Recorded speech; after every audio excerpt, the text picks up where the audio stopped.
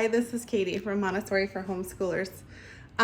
Today I'm going to show you how to set up month 1 of the year 1 Montessori Christian homeschool curriculum. This curriculum works best for children ages 2.5 to 6, and if you have a child on the younger end, you may have to adapt a little, and if you have a child on the older end, you may be able to move a little bit more quickly through some of the material.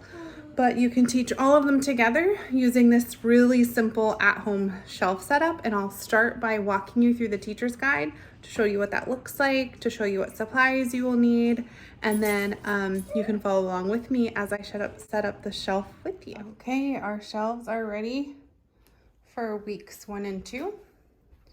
I have the felt board here with all of the felt pieces to tell the Bible story. This is totally optional. It's the Betty Lukens felt board. I have the tracing memory verse. Optional to trace it. If not, you can just kind of use it as a poster. Here we have on the top shelf, we have our shape, which is circles this month. And then I have 2 children, so I have 2 little shape books. And then we have the color of the month. This is our growing color basket, red. 2 red books with some of the student printouts. Here are the number rods for weeks 1 and 2. And I have the little number rod cards here. I also have the math workbook that my older child can work out of if she chooses. Then on this shelf, I have the reading workbook. I will probably add another one because my 3-year-old is showing interest in also doing some workbook pages. And then I have S and M with some matching objects. They're not all miniature objects. They're just what I had on hand right now. Here we have our Sensorial material on the bottom shelf with the cards. And then our Bible trays 1 through 5, all set out here. For week 2, I'll add the Bible trays for the second week, but I just don't have enough room to keep that many. Usually those are only 3 for every 2 weeks. So just this little setup and plenty to do. Here's the teacher guide. Hopefully by now you've had some time to read all of the introductory pages and also gather the materials, the like big ticket items that you will need for weeks 1 and 2 and possibly through the first month or 2. You can refer to the materials shopping list to know exactly what you're going to need and when you're going to need it. So for language, in month 1, you can see all of the things you're gonna need, and then in month 7, so it's also broken up by subject area. Here we have Sensorial and what month you're gonna need it, mathematics and what month you're gonna need it. Now, if you're using any of the workbooks, or if you are using like a combination of the printed materials on the cardstock paper and physical materials and workbooks, like everybody is going to have their own list of their must-haves. So I leave that up to you about how you want to customize the things that you buy. Here's the annual scope and sequence. Okay, so if we're going to set up our shelves, and I think I'm going to structure this video where you guys just saw the setup of the shelves. So if you saw the setup of the shelves, here's how I did it. The first thing I'm gonna do is go to this preparation for weeks 1 and 2, and it's on page 26. So the Bible story for these 2 weeks is creation, and we are going to make a Bible basket out of the Sensory Bible devotional cards. So we need all of these materials, or a substitute, or just use what you have, leave out what you don't, for the Bible basket. These are for the Bible learning trays. So hopefully you have these items or similar items where you can make your Bible trays. And then for the language and reading, you can either just use the workbook, open and go. You can prep the workbook pages, or you can do this kind of like using the workbook as a guide and doing it with physical materials. So if you want physical materials, you can use the miniature objects with those beginning sounds for this month. Also, don't forget at the bottom here, you're gonna wanna print, if you don't have them, or gather the student printouts for weeks 1 and 2, and then add the Bible song booklet from those student printouts to your Bible basket. Now for math, we need the number rods. If you're using the math workbook or a printout, then just set that on your shelves. If you have the Montessori metal circle inset for the shape, go ahead and set that on your shelf. And we need red and blue construction paper to make the booklet for the shape and the booklet for the color, the red color tablets, and you're also going to need to use the red color tablets. You can use the printout if you would like instead of the actual Montessori color tablets, but that's all in there. And then knob cylinders is really not a printout version of that. So set the knob cylinders on your shelf if you have them, and you can skip them if you don't have them this month. So you'll see them, you should have seen them on the shelf setup that I already showed. Okay, so for week 1,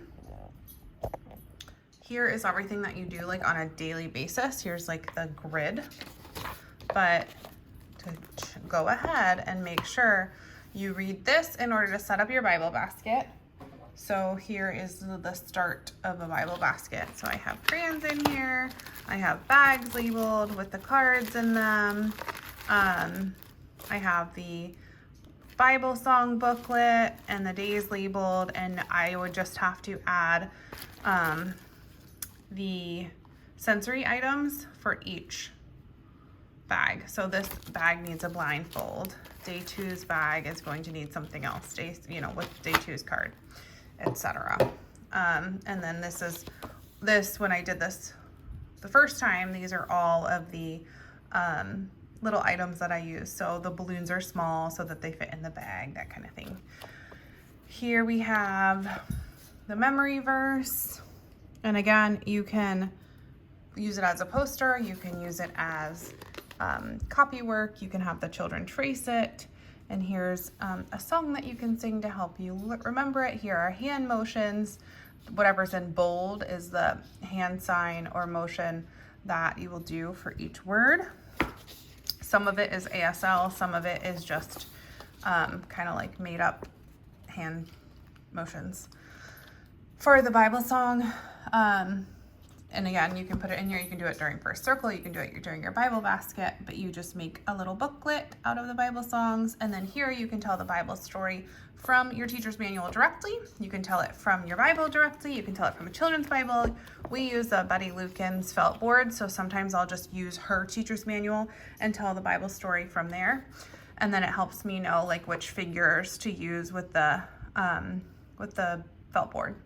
So then we have the Bible trays. So if you're curious on how to set up the Bible trays, you can't just look here to know how to set them up. You're going to have to gather the materials and then go to the section, go to the page that has the Bible tray, and then it'll show you how to prepare it. It'll tell you and show you, and then also give you detailed instructions of how to present that work to your child. And then which day to present it is on the grid. Let's see. Then we have math and some examples here. And then we have the number rods presentation that you're going to do on this choice, or on this day. Sorry, I'm working ahead here to free choice. So free choice, this goes ahead and explains like what is a green choice work, what is a yellow choice work, what is a red choice work, what to do with the children's free choice time. Some other examples, and then just a note on reading aloud. And then we have our language lessons are going to be within the reading games workbooks. So you'll just refer to the workbook in order to do your language lesson for that day. Again, this is how to set up Bible tray number 2, how to set up your sensorial work. So basically, this is all that I did to set up those shelves that you saw. And then as I present the lessons each week and each day, I have room to make notes here during the free choice time. I have room at the bottom to make a little bit of observational notes, but for each month, each unit, there's a little bit of space on this front side for record keeping, but also like if you do make observations of your children or the children in your classroom, you can use these pages in the back to help you keep track of where everybody is. You can also use the cards that come along with each of the math and sensorial works if you want to. Here's an example of like the knobbed cylinders cards that you can keep on your shelf so you know what to present and when to each child. So for example, you can write your children's names here or your students in your class or whatever, whoever you present this work to, the date you introduced it, the date the child attempted it, and the date the child mastered it. So this may have multiple dates in it. This may have multiple dates because you can say you introduce like extension A or the initial presentation, and you may find that you use this in your own unique way to keep track.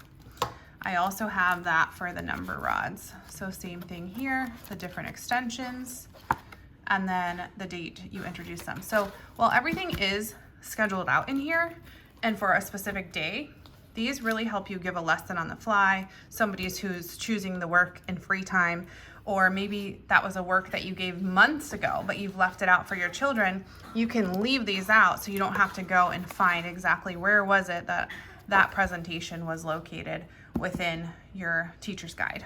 So I hope that's helpful, and I pray that you have an awesome first couple of weeks teaching your child. Have a blessed day.